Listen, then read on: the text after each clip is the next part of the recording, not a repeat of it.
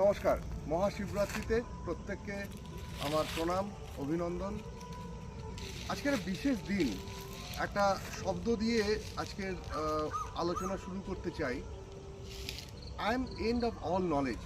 I may not be I, but if you know the real I will merge with I. এটা একটা অদ্ভুত ব্যঞ্জনা রয়েছে এই শব্দগুচ্ছের। আমাদের শিবের পুজোর অর্থই হচ্ছে গিয়ে শিবত্ব থেকে শিবত্বে পৌঁছানো, মানে শিবত্বে উন্নত হওয়া। আমাদের যত ধর্ম রয়েছে, ধর্ম বিশ্বাস রয়েছে, সমস্ত ধর্মবিশ্বাসে আমরা ঈশ্বরের কাছে পৌঁছাতে চাই, বা ঈশ্বর পুত্রের কাছে, প্রেরিত ঈশ্বর পুত্রের কাছে পৌঁছাতে চাই।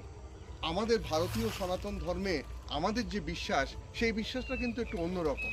আমরা কিন্তু ঈশ্বরত্বে উন্নতি হতে চাই, ঈশ্বরত্বে উন্নত হতে চাই।